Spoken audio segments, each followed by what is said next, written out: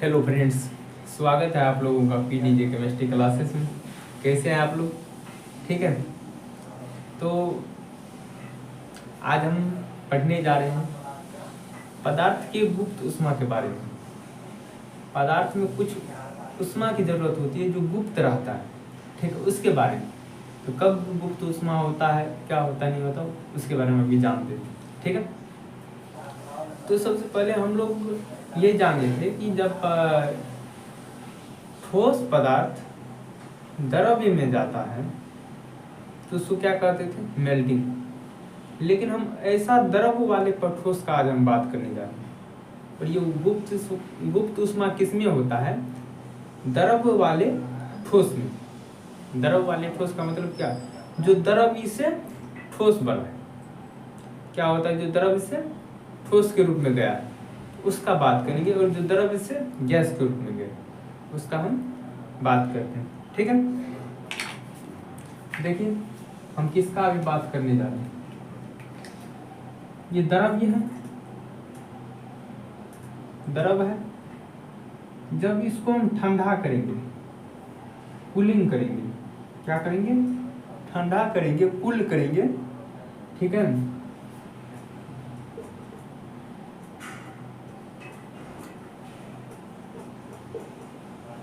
Cool करेंगे, ठंडा करेंगे तो क्या होगा ना कि जो ये ठोस के रूप में आना स्टार्ट कर जाएगा, ठोस रूप में आएगा। ठीक है। जब हम कूल किए, द्रव को ठंडा किए, ये किस रूप में आएगा? ठोस रूप में आ जाएगा। ठीक है। और जब इसको हम गर्म करेंगे, द्रव को गर्म करेंगे,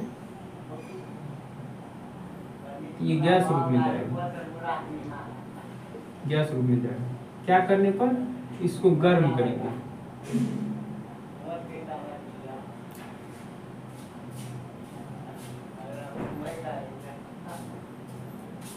देखिए जब द्रव्य को ठंडा किए तो किस में आया? ठोस में आया। जब द्रव को, यानी द्रव मतलब समझिए पानी, पानी को जब हम ठंडा किए और ज्यादा ठंडा कर दिए तो किस रूप में आया? ठोस रूप में आया। जब पानी को हम गर्म किए, एनर्जी दिए, हीट किए, तो वो किस रूप में गया? गैस रूप में गया। ठीक है। अब देखिए होता क्या है कि जो ये जैसे द्रव से ठोस में जाता है, ठीक है, तो हम उस ऊर्जा का बात नहीं करेंगे। हम उसका बात करेंगे जो किस में जाएगा? ठोस से द्रव में जाएगा। यदि ये द्रव पानी द्रव से ठोस में आया तो ठोस भी किस में जाएगा? द्रव में जाएगा। जाएगा कि नहीं जाएगा? चलिए देखते हैं। तो हम इसका बात करेंगे जो ठोस से द्रव में जाएगा। और ये किस अवस्था का बात कर रहे हैं? लिक्विड अवस्था। लिक्विड अवस्था में पहले लिक्विड से सॉलिड में आया, फिर सॉलिड से जब लिक्विड में जाएगा। चलिए तो देखिए एक द्रव का हम बनाते हैं स्ट्रक्चर। ये द्रव्य है, इसमें से कण बिखरा हुआ रहेगा, कहीं से कहीं रहेगा ना। जैसे इसको हम गर्म करेंगे ना तो क्या होगा ना, गर्म करेंगे तो गैस रूप में जाएगा, तो ये कण कहीं से कहीं फैल जाएगा। क्या होगा? ये कण फैल जाएगा और ज्यादा। लेकिन इसको यदि हम ठंडा करें, कूल करें ना, तो ये सारे कण एक जगह नजदीक आके चिपक जाएगा। एक जगह सारे कण आके क्या किया? चिपक गया। देखिए यदि हम इसको फिगर के माध्यम से समझ रहे हैं, नाम दे देते हैं इसका लिक्विड, ये गैस है, ये सॉलिड है। द्रव्य को यदि हम क्या किए? कूल किए, कूलिंग कर रहे हैं, तो क्या हो गया? ये एक जगह आके बंध गया। एक जगह कैसे आके बंधा? सब का कण एक दूसरे के पास आके चिपक गया, मतलब आकर्षण बल इसमें बढ़ गया। इसमें आकर्षण बल बढ़ गया, एक जगह आके चिपक गया, तो ये ठोस रूप में आ गया। ठीक है। अब इसको यदि हम और गर्म कर देते, एक तो पहली बात ये दूर है, ये है, यदि इसको पूरा गर्म करते हैं ये पूरा और ज़्यादा जगह फैल जाएगा, ये अपने एरिया से बाहर भागने लगेगा। ठीक है, एरिया से कोशिश करेगा कि हम बाहर चले जाएं। ठीक है, तो आज हम उस ठोस का बात करने जा रहे हैं जो पानी से क्या हो गया है, पानी जो द्रव में, द्रव से ठोस में गया, और ये ठोस को यदि हम द्रव में ले जाते हैं, इसके लिए हम कितना हीट करेंगे उसका बात करेंगे। ठीक है, तो हमें क्या पढ़ना है समझिए, और ये इसमें भी देखना है कि लिक्विड से गैस में जाने के लिए हमें कितना ऊर्जा देना पड़ेगा, एनर्जी देना पड़ेगा, कितना हीट करना पड़ेगा, देखते हैं। चलिए,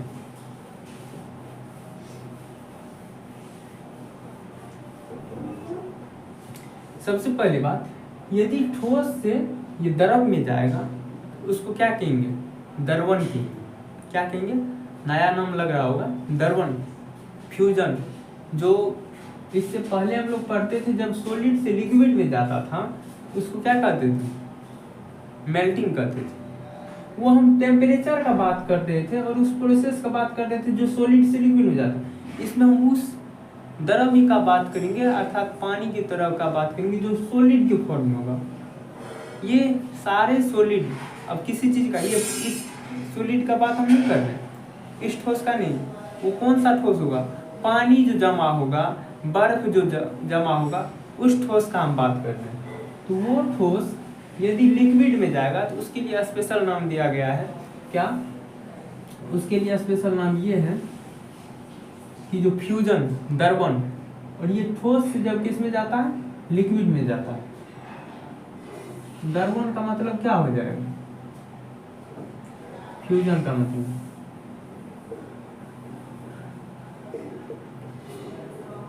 जब ठोस, जब पदार्थ, लिखिए, जब पदार्थ ठोस से द्रव में जाता है,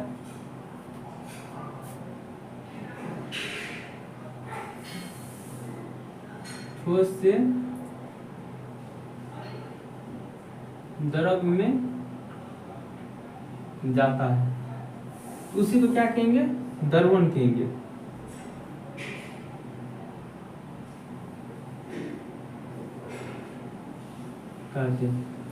देखिए, पदार्थ में कौन सा पदार्थ का बात की है, लिक्विड, यानी एक तरह से एग्जांपल ले लेते, यहाँ पे दे देते हैं जल। ठीक है, लिक्विड समझ लीजिएगा इससे। तो अब हमें ये पता करना है कि जो इसमें सॉलिड से लिक्विड में ले जाना है, तो इसके लिए हम क्या बताएं, जैसे सॉलिड से कोई भी चीज लिक्विड में जाएगा, लिक्विड से गैस में जाएगा, तो इसके लिए हीट करना पड़ता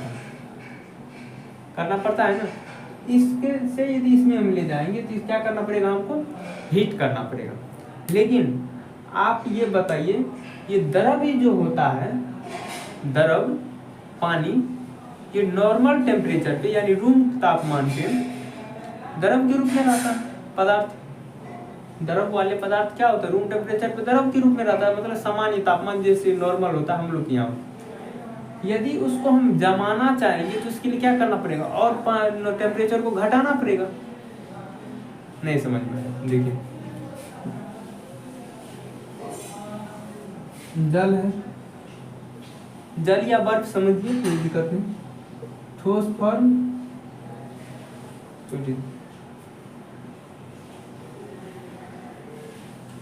हाँ चलिए, ठोस, द्रव, गैस। देखिए, जब जल द्रव में रहेगा, सामान्य टेम्परेचर पे रहेगा, ये तो या तो 25 डिग्री सेल्सियस होगा या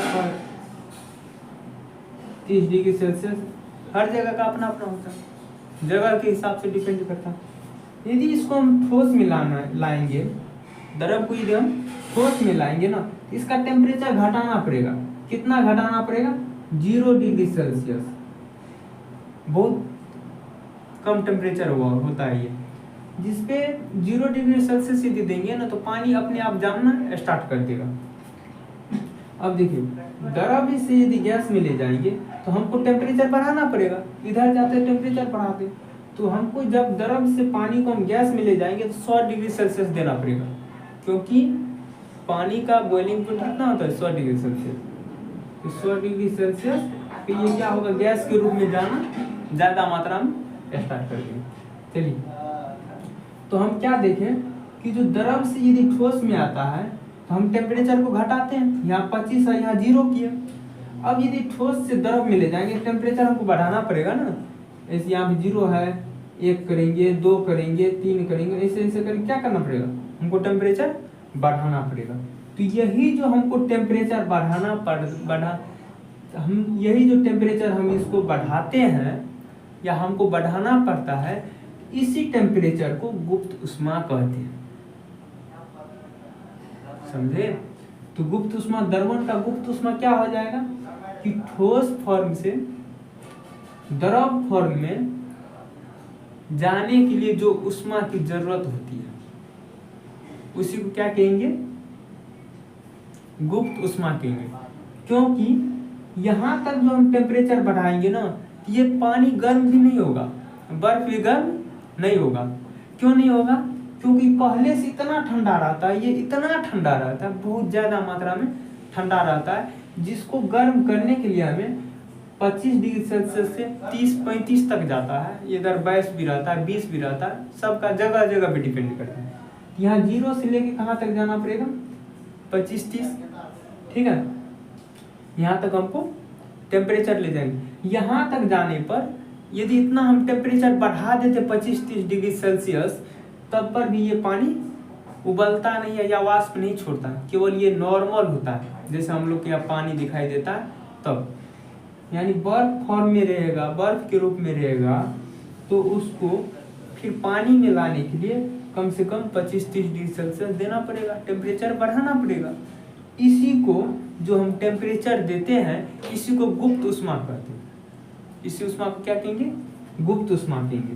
तो देखिए हम क्या लिखते हैं गुप्त उष्मा में, और ये कौन चीज का हम बात किए, द्रव्य का बात कर रहे हैं, तो द्रवण की गुप्त उष्मा बात करते हैं, द्रवण की गुप्त उष्मा। इसका इंग्लिश हो जाएगा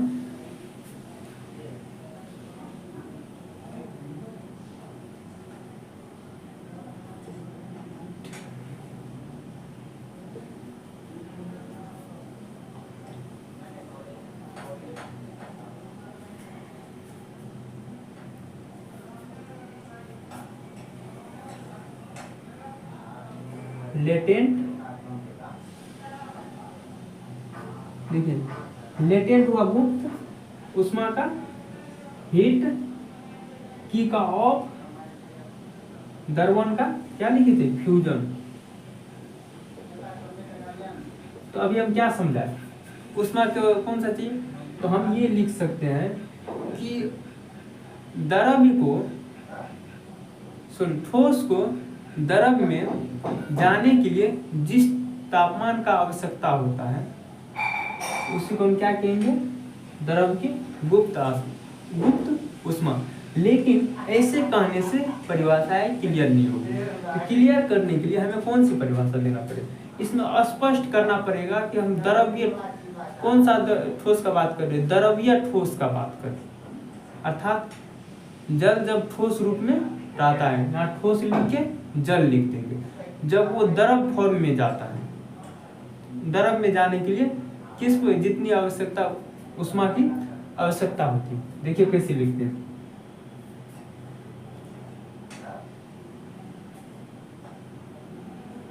जब ठोस, कौन चीज का ठोस रहेगा, ये जल का, जब ठोस पदार्थ, मतलब जल वाले ठोस का बात कर रहे हैं, पदार्थ द्रव, किस द्रव का बात कर रहे हैं, जल में जाता है, क्या हो, जब ठोस पदार्थ द्रव पदार्थ क्या में जाता है तो उसके लिए जो तापमान की आवश्यकता होगी, जो ऊर्जा की आवश्यकता होगी, उसी को क्या कहेंगे? गुप्त ऊष्मा कहेंगे। तो उसके लिए जिस तापमान की आवश्यकता होगी, या तापमान को ही ऊर्जा भी कहते हैं, हीट भी कहते हैं, जिस तापमान की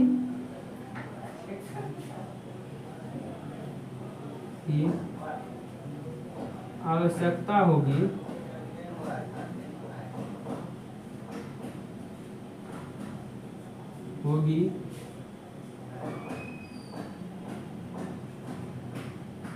उसी को गुप्त ऊष्मा, कौन चीज का गुप्त ऊष्मा कहते हैं? द्रवण का। उसी को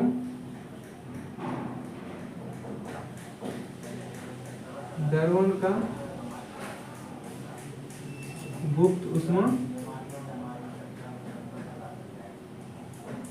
कहते हैं। देखिए अभी हम कुछ नहीं बताए हैं, केवल इतना बताए कि जब द्रव्य ठोस फॉर्म में रहता है तो ठोस से तो वो द्रव में जाएगा, और जिस समय ठोस में रहता है तो वो बहुत ठंडा रहता है। उस ठोस को द्रव में जाने के लिए हमें कुछ न कुछ टेम्परेचर की आवश्यकता होगी, तो उसको जो टेम्परेचर जितना टेम्परेचर की आवश्यकता होता है ना, उसी को हम क्या कहते हैं? गुप्त ऊष्मा कहते हैं। अब द्रव का बात करें तो द्रव की गुप्त ऊष्मा होगी, ठीक है। इसीलिए हम लिखे यहाँ पे, जब ठोस पदार्थ द्रव में जाता है, ठोस पदार्थ किस में जाता है? द्रव में जाता है। उसके लिए जिस तापमान की आवश्यकता होती है, या जिस तापमान की आवश्यकता होगी, यहाँ होती है लिखिए, तापमान की आवश्यकता होती है, उसी को द्रवण का गुप्त ऊष्मा कहेंगे, ठीक है। इस प्रकार ये ठोस से द्रव में चले गया। अब क्या करते हैं? द्रव से गैस में ले जाते हैं। तो देखिए इसमें द्रवण का नहीं होगा, इसमें वाष्पन का होगा, क्योंकि ये कूलिंग कर रहे थे, कूलिंग करने के बाद हुआ। अब इसमें आपको कूलिंग से कोई मतलब, यदि गैस से इसमें आता तब ये अलग हो जाता, लेकिन ये फिर इसमें जा रहा लिक्विड से गैस में, वाष्प के रूप में ये बदलेगा, ठीक है। तो इस बार हम लिखेंगे वाष्पन की गुप्त ऊष्मा। तो वाष्पन में जाने के लिए हमें किस ऊर्जा की आवश्यकता होती है? ऊष्मा की आवश्यकता। ऊर्जा और ऊष्मा एक ही चीज होता है, उसी को हीट भी बोलते हैं, ठीक है, एनर्जी भी बोलते हैं। हाँ, फर्क इतना है कि किस जगह किस एनर्जी का बात करते हैं, उसका नाम अलग अलग है, लेकिन अभी आप लोग यही समझिए, हीट मतलब ऊष्मा।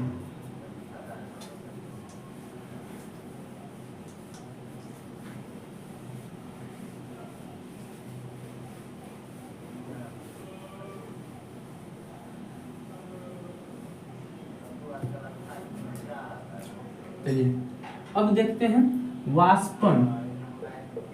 वाष्पन तो हम लोग अच्छी से समझ रहे हैं, याद है, जो द्रव से गैस में जाएगा। वाष्पन की गुप्त ऊष्मा,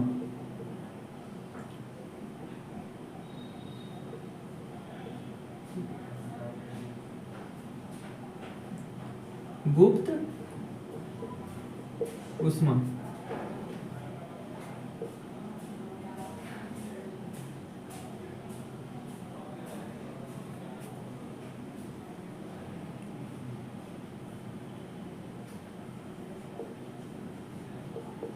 लेटेंट हीट ऑफ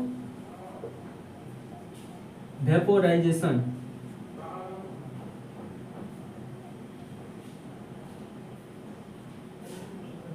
वेपोराइजेशन।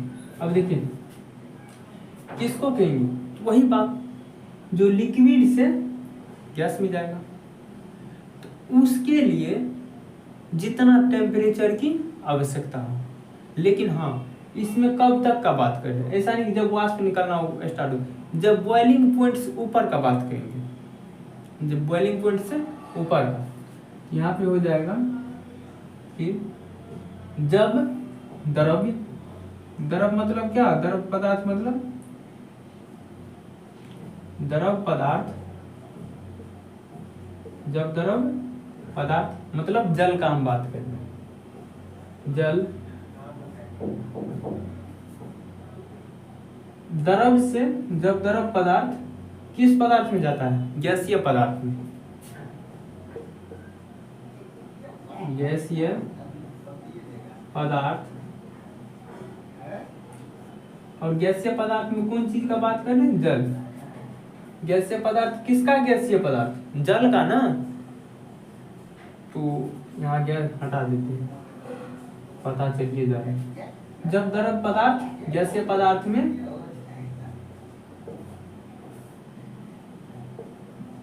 जाता है तो बॉइलिंग पॉइंट से ऊपर का तापमान को, या जितने बॉइलिंग पॉइंट से ऊपर के तापमान की आवश्यकता होती है उसी को क्या कहेंगे? गुप्त ऊष्मा कहेंगे। है तो बॉइलिंग पॉइंट मतलब क्वथनांक, क्वथनांक के ऊपर के, क्वथनांक के ऊपर जितनी तापमान की आवश्यकता होगी, के ऊपर जितनी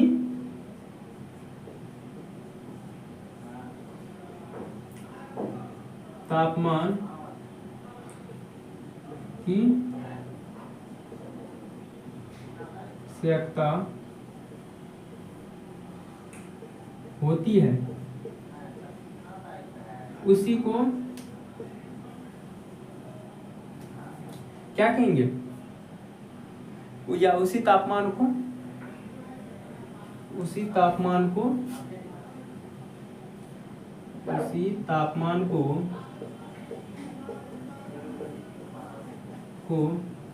गैस की गुप्त ऊष्मा कहते हैं। गैस की गुप्त ऊष्मा कहते हैं। देखिए गैस की गुप्त ऊष्मा कुछ नहीं, तो हम जानते हैं कि द्रव से गैस में जाता है, उसके लिए दो टेम्परेचर रहता है। एक बॉइलिंग पॉइंट से नीचे वाष्प निकलते रहता है, एक बॉइलिंग पॉइंट से ऊपर। तो बॉइलिंग पॉइंट से ऊपर जितना टेम्परेचर की आवश्यकता होता है द्रव से गैस में जाने के लिए, उसी को क्या कहेंगे? गुप्त ऊष्मा कहेंगे। अर्थात हम हीट करते हैं मतलब एनर्जी देते हैं। तो बॉइलिंग पॉइंट से ऊपर जितना हम एनर्जी देंगे, ऊर्जा देंगे, उसी को क्या कहेंगे? वाष्पन की गुप्त ऊष्मा। इस प्रकार से हम द्रवण और वाष्पन का गुप्त ऊष्मा के बारे में जान लिए। अब देखिए एक वैसी कॉमन बात बताते हैं।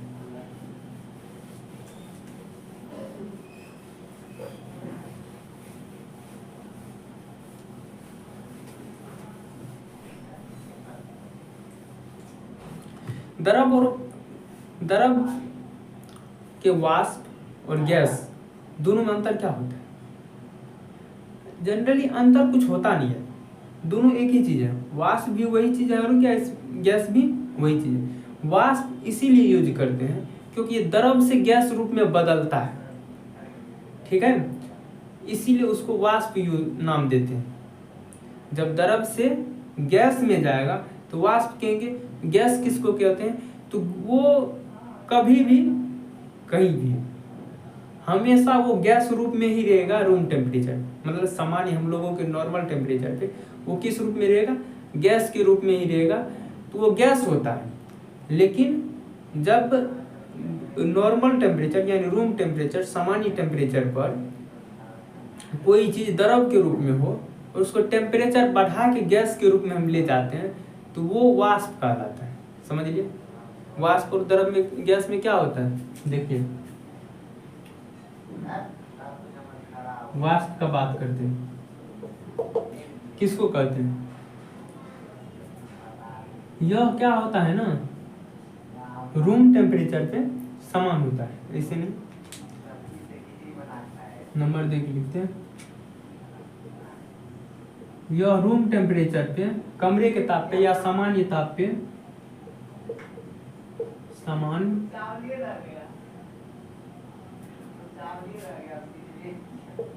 ताप पर द्रव रूप में रहता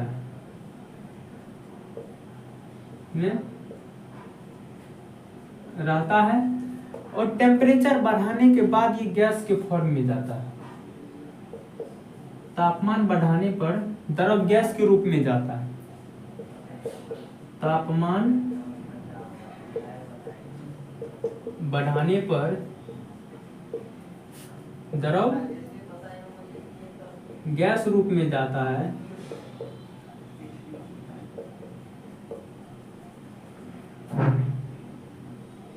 उसे ही क्या कहते हैं?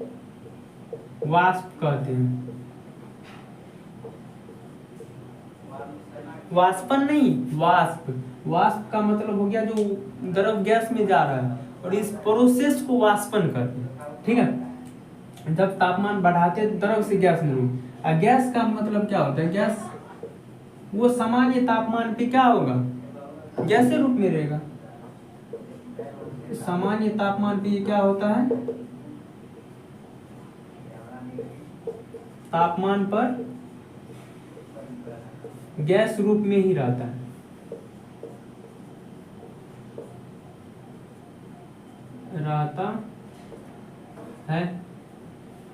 एग्जाम्पल के लिए हाइड्रोजन,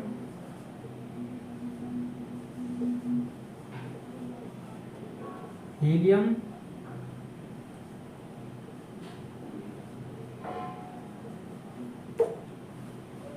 ठीक है, नाइट्रोजन, ऑक्सीजन, ये सब गैस रूप में रहता है, लेकिन ये सामान्य तापमान पे पानी के रूप में रहेगा। इस प्रकार वाष्प और गैस में देख लिए कोई अंतर नहीं होता है, दोनों गैस ही होता है। फर्क इतना है कि वो समान तापमान पे द्रव में रहता है, ये समान तापमान पे भी गैस में ही रहता है।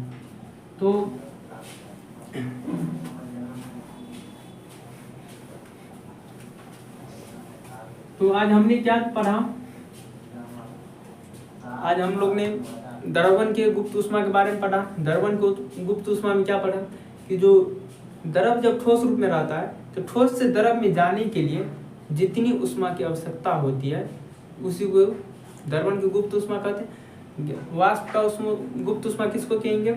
जब द्रव का बॉइलिंग पॉइंट से ऊपर के तापमान गैस के रूप में द्रव कन्वर्ट करता है, तो उसके लिए जितना टेम्परेचर की आवश्यकता होती है उसी को गैस का टेम्परेचर गुप्त ऊष्मा कहेंगे, या फिर वाष्प का गुप्त ऊष्मा कहेंगे। द्रव से जब द्रव्य पदार्थ गैस पदार्थ में जाता है उसमें जो बॉइलिंग पॉइंट से ऊपर का टेम्परेचर होता है उसी को द्रव वाष्प का गुप्त ऊष्मा कहेंगे। तो आज के वीडियो में इतना ही। थैंक यू, धन्यवाद।